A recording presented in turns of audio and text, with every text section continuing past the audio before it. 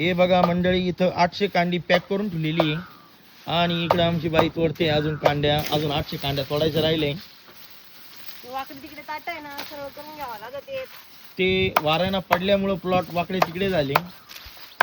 परत आता उपासार आवरायचं आहे. त्याच्यात नशीब आमचा पिल्लू झोपेले, नाही तर आहेच मध्ये मध्ये. बरेचसे डोळ्यांचा असा परिणाम झालाय. हा परिणाम झाला डोळ्यांना. हे परिणाम झाल्यामुळे हे चालत नाही. बेना तोडता तोडता आमचे 2 कामं होते. बेना पण कटिंग होते, चारा पण काढून होते. हा पण चालत नाही. काही इकडे टाकले. हे गबाळ तू काढायची आता. चांगले चांगले निवडून काढ बरं. हे बघा, दाखव गं ताट. दाखव ना. हे बघा, का फेकतोय साईडला, दाखव. हे काय कोंब निघले इकडं, हे काय इकडं एवढे मोठे मोठे झाले, उपयोग नाही ना. गोणीमध्ये तुटून जातील, उतरणार बी नाही व्यवस्थित. असले कोंब देत नाही.